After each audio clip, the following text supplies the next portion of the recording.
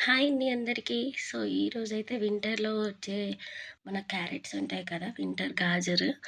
So, వాటితో అయితే ఇప్పుడు గాజర్ హల్వా అయితే చేసేసుకుందామండి. సో, ఫస్ట్ అయితే పీల్ చేసేసి మొత్తం బాగా వాష్ చేసి, పీల్ చేశాక అయితే నేను వాష్ చేయట్లేదు. ఎందుకంటే వాటిలో ప్రోటీన్ అంతా పోతుందని. సో, నేనైతే ఫస్ట్ వాష్ చేసి తర్వాత నేను పీల్ అయితే తీసేసాను. సో, పీల్ తీసేసాక మనం ఇంకా గ్రేటర్ తీసుకొని గ్రేట్ చేసుకోవాలి. చిన్న చిన్నగా అయినా మీడియం ఫ్లేమ్‌లో మీడియం సైజులో అన్నా మనమైతే గ్రేట్ చేసుకోవాలండి.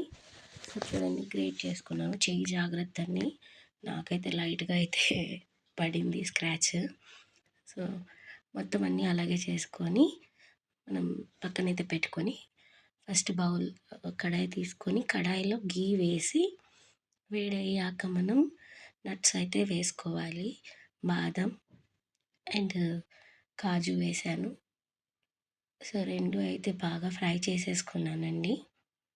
మరీ గోల్డెన్ బ్రౌన్ కాకుండా నార్మల్‌గా. So, okay. ఈ ఒక కొంచెం గోల్డెన్ కలర్‌లో వస్తుంది అనిపించుకున్నప్పుడైతే మనం తీసేసేయాలి. చూడండి నేనైతే తీసేసుకున్నాను. తీసుకొని అదే పెనంలో మనం గీ వేసి మళ్ళీ ఒక 2 స్పూన్స్ అలా గీ వేసేసి వేడయ్యాక అయితే మనం క్యారెట్ అయితే వేసేసుకోవాలి. చూడండి నేను తురిమి పెట్టుకున్న క్యారెట్ అయితే తీసి వేసేస్తున్నాను.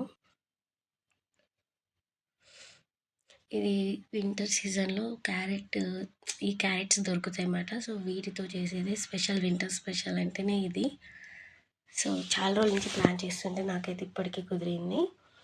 సో, ఇది అలాగే మూత పెట్టకుండానే ఫ్రై చేయాలండి. బాగా ఫ్రై అయ్యాక గీలో నేనైతే 1 కప్ మిల్క్ వేసుకుంటున్నాను. సో, మెజరింగ్ కప్స్ ఉంటాయి కదండీ! డీమార్ట్‌లో అయితే తీసుకున్నా నేను. 250 గ్రామ్స్, ఎంఎల్ అలా కప్స్ సైజ్ వైస్ ఉంటాయి. So, table spoon, cup, half cup, 1/2 అట్లా.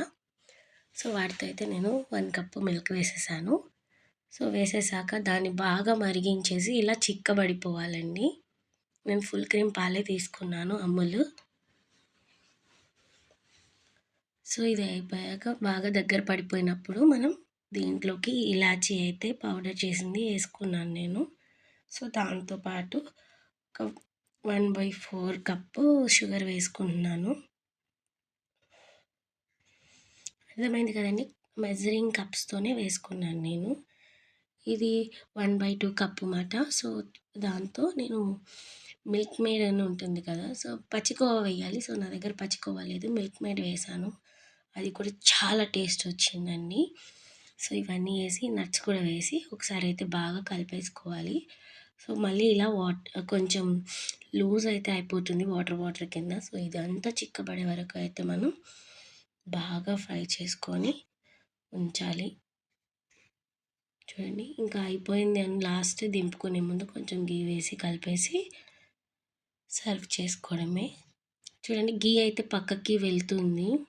సో, నేనైతే ఆపేసాను. గీ చూడండి పక్కన. చూడండి ఎంత టేస్టీగా ఉంది తెలుసా అండి. మీరు కూడా ట్రై చేయండి తప్పకుండా. ఈ వింటర్‌లో వేడి వేడిగా గాజర్ హల్వా తింటే చాలా బావుంటుంది.